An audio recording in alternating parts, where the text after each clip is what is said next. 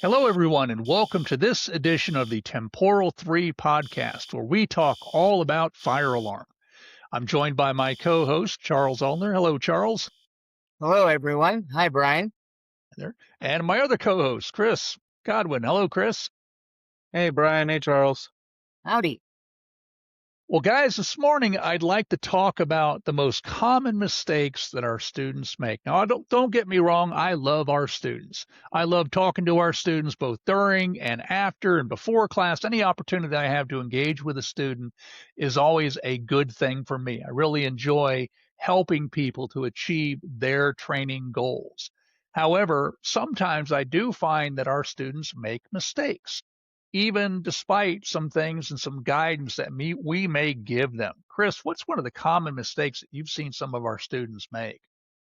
Uh, One of the bigger things that comes up is not taking full advantage of you've gone through a whole class with us and we've given you access to online training and not taking advantage of the online training. We get emails a lot back from students that go in and take the NICET exam, or they go out and they go do, they struggle out in the field with whatever aspect that we've taught them to. And one of the first things we look at is, did you use the online training? Nope, I didn't use it. I did the class. I didn't need the online training. It's a reinforcement. A one-day class is not going to teach you what you need to know. It's going to open your eyes to the things that you didn't know that you were missing. And so when they don't take advantage of the online training, it's like you're skipping out on the actual training. Like, I learned out in the field how to do the install one time of a device. 6 months later, I was told, "Hey, I need you to go install this." "Cool, are you gonna go with me so you can help me with it?" No, one time's not enough. You need to train it, and that's the same thing that a lot of students don't end up doing is doing the actual training. Train this, learn how to do more than just what we talked about. And So that's Chris, one of the things, Charles. building on that, when we teach a class, I like to call it instructional intervention. So we'll take someone's level of knowledge that's here and boost it significantly. But our knowledge in this industry is never complete. Training and learning continue on and on and on as long as our career progresses. Codes change, technology changes. Learning is something we have to commit ourselves to throughout our career. The online training is one aspect of that, and included with that is coaching. And that's something that you do extremely well. Chris also works as a coach for all of our students to help them continue their learning as well. Absolutely. That level of encouragement is helpful. And I want to circle back to the online training where we talk about coaching. So maybe one of the objections people have is, well, that's an extra cost. Do we charge for the online training that comes with our classes? No, No, that's included. it's That included. It's it's free. part of the class. Part of the class and something we mention over and over and over again. Please use the online training. We're almost to the point of calling people after the class and saying, hey, you haven't used the online training yet. Why not? We don't do that, obviously, but we do encourage it. We want people to use it. We encourage them to use it. Now, the coaching, Chris, we do that in the NICET fire alarm. Tell our listeners how that works. So when you take a NICET fire alarm class with us here at NTC, the very next week, or we set it up. I've been setting it up recently where it is in the class, you'll get your first email, and then the very next week, you'll get your second email. You will be given 4 emails of here's what you should be looking at this week. Here's what you should be looking at this week. We go over a little bit in that email of here are the sections of training in the online. Here are other things that you can look at from the code perspective. If you have any of our additional books that we might send out to you or you might want to get, here's things to look at in there. And it is week 1, 2, 3, 4 weeks of that. You have access to the online training for most of our classes for 90 days. You don't have to do all that training that we send out in every single week, but it is something to help you out with. And a lot of people, they just don't use it. They just, no, I don't need it. Yep. And having the coach available is a big deal. I recently got an email from a student saying, "Hey, I don't understand Class D circuits," and that's something we are able to help with, Yep. deepen their understanding on a specific subject. Absolutely. So, Charles, what about study time? Do our students or do people sometimes, shall I say, not devote adequate study time to prepare for this exam, the NICET exam? Well, I'll study tomorrow. I'll get to that next week. I'm busy right now, is a common thing. The one of the most important things I think in study is practicing strategy. Yes. And our online training is very well suited for that with the sample tests, rotating questions. You can practice your strategy for taking the test. And I see so many students, even though we go over strategy, make mistakes in that regard. Uh, Brian, talk about a few common strategic mistakes that Well, students make. one of my personal favorites is lingering on a question, not being willing to let a question go. And that's the difference between the real world and the NICET exam. In the real world, if you have a ground fault, you just say, okay, well, I'm just going to bypass the device or, just hit the reset button and walk away and not solve that ground fault. Absolutely not. In the NICET exam, if you run into that challenging situation, you get to guess that question, certainly mark it for review and come back to it later. You don't want to spend 5 or 10 minutes on a question. It is just not worth it in the exam. That's one of the big ones that really drives me crazy. And then I hear from people, oh, I got to the exam and I looked up and I had 5 minutes left and 20 questions I have even had a chance to look at because I spent all this time on this one question. All the questions in the exam have equal weight. Why would you spend 5 or 10 minutes on one question when the next question may be an easy one to answer? Chris, what have you seen? A lot of that same, there's not a practice with strategy. We talk about strategy in classes, and students will understand and grasp it in the class. But one of the things that we tell them is this has to be practiced. You're not just gonna do it the one time and okay, I've got it. And me personally, I can tell you in my own NICET testing, going in without the strategy and the idea of I'm gonna answer questions as they come up, it's not good.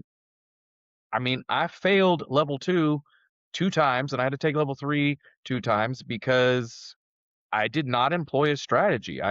My idea was get in it and let's as the questions come up, answer them and move on. Having a strategy is so big, and uh it is such an underrated thing when it comes to the exam itself, and a lot of people just don't do that. Look, the goal is to move forward. The goal is to pass. Yes. Putting something in play to make you get to that point is how you're going to pass the exam. And a lot of people just they don't employ the strategies. They don't practice them. And that is it's a hard thing to do, but it's also it kind of is sad when we get people back that hey, I didn't do well. Well, what was your strategy? I didn't have a strategy. I spent, this much time on one question. Come on, we talk about let's practice. Let's talk about these things. And so it's very, very important. An ISET exam is not how good are you at your job. Yep. So, You got to And one turn off thing that. I'd like to bring up is people who take our training, statistically, they do very well on the NICET exam. We Absolutely. have 93% of our students pass the test after Yep. they take our training. Yep. That's much higher than the typical NICET pass rate, Brian. Yeah. Absolutely it is. Absolutely it is. And yeah, that's really important. That 93% threshold. And that's the first time. Passing it the first time. How awesome is that? Because the NICET exam is expensive. It requires an investment of money. It requires an investment of time. And it's not something that's, I would personally look forward to going back and redoing over and over again. I want to be one and done with it. But as a part of that passing strategy, we ask our students to do some things. We ask them to invest in their success. You got to be willing to invest in your success. But if you are willing to follow the guidance that we give you as instructors, that Chris gives you as a coach, you will significantly increase your chances of passing that exam the first time.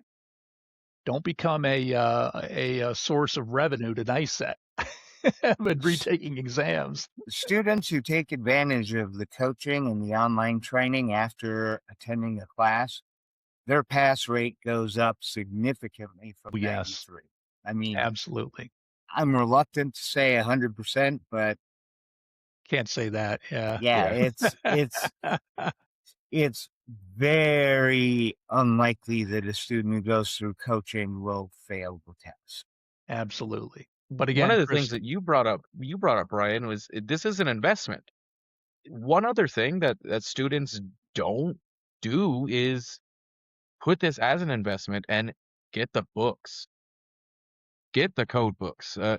A lot of them are, well, that's not what we use in my jurisdiction, or the new books are expensive. They are. They absolutely are. So is taking the exam more than once. And having the correct codes is, I can't tell you going into class, sometimes I get very frustrated because, oh, I don't have any of the books. oh, yeah, that's hard. Come on, we got to have the books. We're going to teach you how to use them. I can't And teach you how to use them from the air. We got to have the books. So it is an investment, and having not just the code books but the correct code books is huge. It's a huge thing. Charles, and how often does code get updated? every 3 years. And And once you do all this, take the training, get the codes, pass the NICET test, you'll find that you'll become better looking. You'll have more friends. So there's big advantages to passing the NICET test, and we can help you get. I don't know about those two statements that Charles made, but I'll tell you what, you will be wealthier because you will be NICET certified and you won't have to be spending a lot of money with NICET to retake an exam. All right, guys. Well, next thing I'd like to talk about today is NFPA 72 Chapter 1, which is ECF, Emergency Control Functions. Chris, what's an emergency control function? emergency control functions are those other functions in the building that have been installed for making the building safer for the occupants. HVAC shutdown, elevator recall, elevator shutdown, things like that, where when there is an activation, the purpose is to make everything safer for the occupants. And what we are trying to do, we being the intent of the emergency control function, is to control the spread of the fire long enough to get the people out of the building. So that's what your emergency control functions are. We have to tie into them. Well, since I'm already hitting on you, I'll hit on you again. An integral part of an emergency control function is an ECFI. What the heck is an ECFI? That is a very long way to describe what would typically be called a relay or module, an emergency control function interface device. It's like 5, 6 words to say relay or module. Now, not all relays and modules are emergency control function interface devices, but that's a lot of time what we're using. And it is how we are interfacing the fire alarm system to that emergency control function. It's how we're going to tie them in together. And you got some rules. You got some rules when it comes to them, especially when it comes to location. Yep, absolutely. Charles, what are those rules about locations? Well, one rule is the 3-foot rule for ECF. We have to have our relay located within 3 feet of the controlling emergency function. So code puts that in place for supervision reasons. We want to make sure that our wiring from the control panel to the relay is properly supervised all along the path. And having it within 3 feet ensures that we have adequate supervision for that wiring. Absolutely. There was an interesting change that occurred in 72 in the 2025 edition that 3-foot rule kind of got expanded upon. And now there's different rules depending upon how the wiring between that ECFI and the function is set up. If it's unprotected, yes, it is 3 feet. But now in 72 2025, and that's assuming your AHJ adopts 72 2025, it can be within 20 feet if the wiring is in metal conduit or armored cable. So that's an interesting thing that they did, but that's again 2025. So that's Now, a jurisdictional specific thing. Yes, sir. Brian, what wiring specifically are they talking about? Wiring from the control panel to the device or from the device to the fan or what? Great question. So yeah, that's the wiring from the ECFI to the controlled circuit or device. And there's different set of requirements from the wiring from the panel to the ECFI. Chris, I can tell you're wanting to talk about that. So I want to talk about this because there's not a lot of I wouldn't say there's not a lot of clarity with the code, how it's set up. If it is in some kind of conduit or metal clad from your relay to the actual control function, it can be much more distance, up to 20 feet. If it is not, it has to be within 3 feet. Okay, I can grasp that. Cool. What 2025, and they kind of push this into 22 as well, is that none of that is a necessity if you're using Class D. Okay, Class D wiring method. Okay, aren't we already doing that? So are we not having to do 3 feet? Are we having to do 20 feet? If it's in, and that is one of the things that's like, can we get a little bit more of a clearer picture to this? Because, hey, if it's Class D, none of those rules apply. Wait, And y'all aren't Chris, doing Class D for this? what is Class D? Class Ds are fail-safe circuit, where when you have a fault, nothing is enunciated back at the panel. However, the intended function happens. It fails in what I refer to fail-safe as it fails in the safest way for the occupants of the building. So if we're looking at perfect example, HVAC shutdown. When you have HVAC shutdown, what happens? Well, duct detector sends information to the relay. Relay says, all right, shut it down. HVAC shuts off. No indication back at the panel that the air handling unit's been shut off, but the intended function has happened. And, you know, how the code sets it up on that last part with the emergency control function interface devices. Who's not already doing that as Class D? So does the rule apply or does it not apply? What are we doing here? I guess it could theoretically be a non-Class D circuit, but yeah, you're absolutely right. That is the big exception in the code and all the editions, or at least the more recent editions anyway, that 3 feet or 20 feet doesn't apply if it's a fail-safe. And it certainly makes sense because, as you said, with a fail-safe, either by operation of the function or a break in the wiring, a failure of the circuit, it performs its intended function. All right. Well, great, Now, guys. I have another issue with this whole subject. Okay. You Uh, got many issues, my friend, but let's talk I about this one in do. particular. The code uses these acronyms that get so confusing. There's ECF and ECS. So, Brian, what is ECS? ECS is Emergency Communication Systems, which is a voice system, which is Chapter 24 of 72 as of 2010. So it's going back a couple of editions. And what ECS covers is voice systems, voice communication systems that include emergency voice alarm communication, i.e. voice evac, also mass notification and other voice systems within the building, like area of refuge, area of rescue systems. Older editions of the code even covered elevator telephone and stairwell systems and stuff like that. Newer edition only covers area of refuge, area of rescue systems, but basically a system that involves voice communication. So, all you people who sit on a NFPA committee, I want you to think about this. For those of us in the field that don't deal with these acronyms every single day, ECF and ECS is confusing. Come up with a different acronym here somewhere.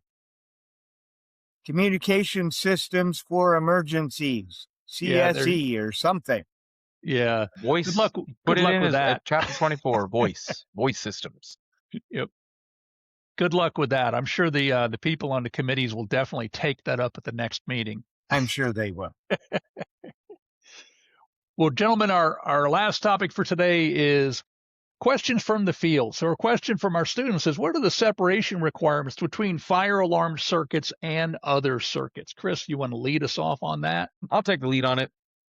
What we look at with your fire alarm circuits and other circuits, a lot of what 70 stipulates with this comes back to kind of one big thing. Do the jackets match? Jackets match, you're good to go. Jackets don't match? Okay, well, probably not, unless it's one of these other aspects, and then yes, but only kind of.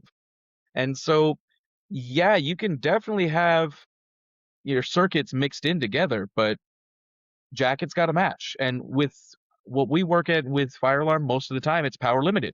So as long as we are working with other power limited circuits, typically there's not an issue. But does the jacket match? And that is wherein lies a lot of the problem for things that are not going to be power limited.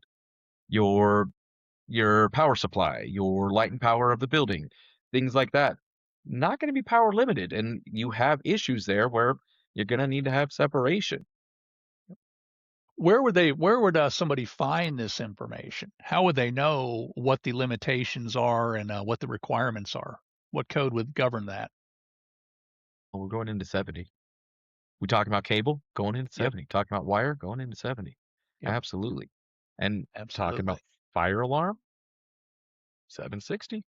Yes, sir. So it's interesting that the separation you mentioned, non-power limited circuits like electric light and power and NPLFA fire alarm, and we're always dealing with those within panels, but there are some specific rules in 760 and 760.136 specifically that says you can't have those circuits together unless you meet certain requirements, and one of those is separated by a barrier.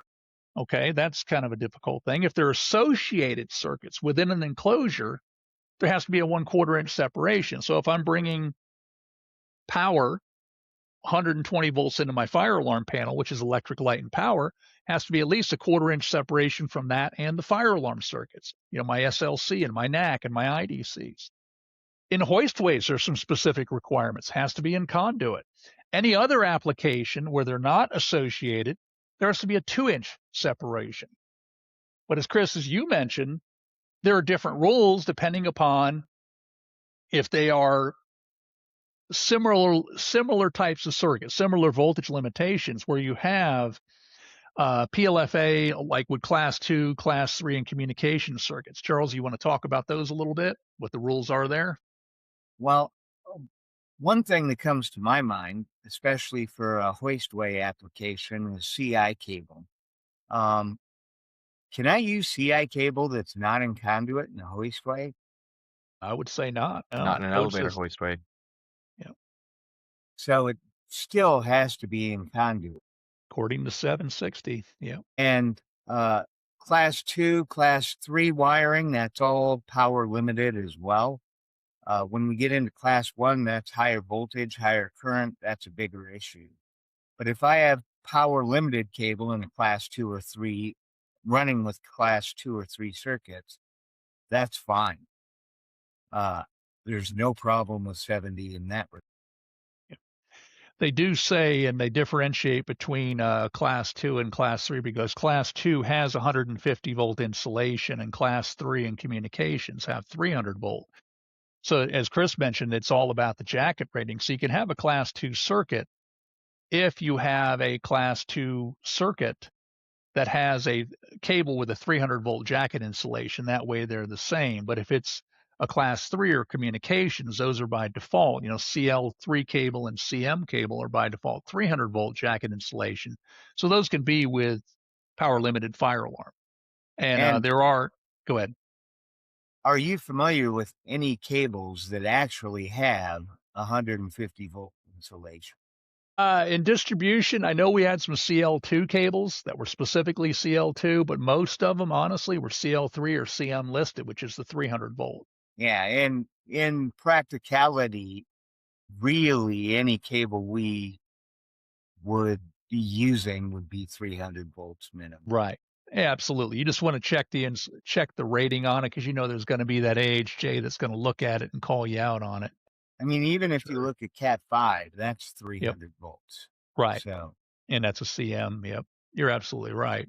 But yeah, I think it's going to be uncommon to find a strictly CL2 cable. It's probably going to be a CL3, which is considered superior to CL2, or a dual listed CL3 CM cable. Awesome. Well, guys, thank you once again for joining me to talk all about fire alarm. I want to ask all of our listeners out there to please like and subscribe. And we'll see everybody again next time. Thanks again, gentlemen. Thank you. Thank you.